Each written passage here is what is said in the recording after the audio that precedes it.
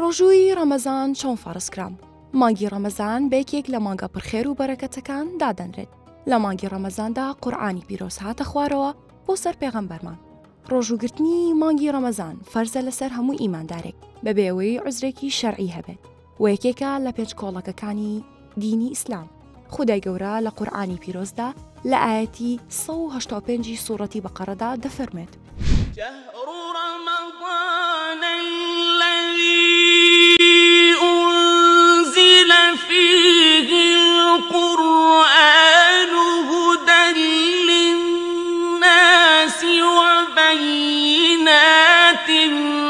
من الهدى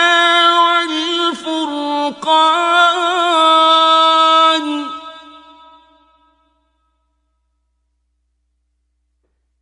فمن شهد منكم الشهر فليصمه ومن كان مريضا أو على سفر فعدة من أيام أخر.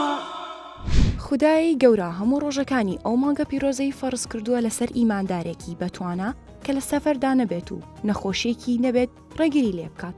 ڕۆژوو پەرستشێکی خودایە لەسەر هەموو خاوەن کتێبە ئاسمانیەکان فەرز بووم. خۆشەویستترین ڕۆژوش لای خودای گەورە ڕۆژووی پێغەمبەر داود بووم. ڕۆژێک بۆ ڕۆژوو بووە و ڕۆژێک شکاندوێتی.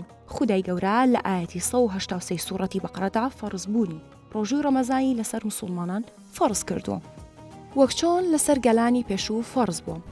يا أيها الذين آمنوا كتب عليكم الصيام كما كتب على الذين من قبلكم لعلكم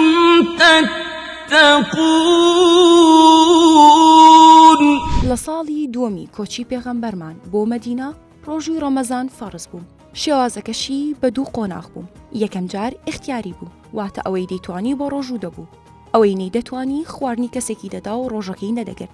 خودای گەورە بە ئاەتی 185 سوورەتی بەقەرە بە تەواوەتی فەرزی کرد.